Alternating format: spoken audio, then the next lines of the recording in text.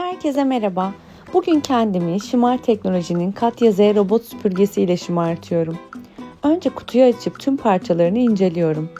Daha sonra uygulamayı telefonuma indirip eşleştiriyorum. Robotumu çalıştırıyorum.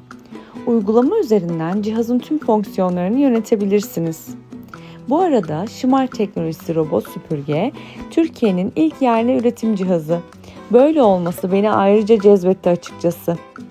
Halı zemininde özellikle yüksek çekim gücü aktif oluyor. Mutfakta da çok fazla yardımcım. İnternet kullanmayanlar için kumanda ile çalışma özelliği de harika. Ben kahvemi içerken Katya da evimi süpürüyor. Şimdi sıra silmede. Bunları aynı anda da yapabiliriz tabii ki ama ben performansı görmek için bu şekilde yaptım. Katya Z ile ev hep tertemiz, sen hep rahatsın. Herkese tavsiye ediyorum.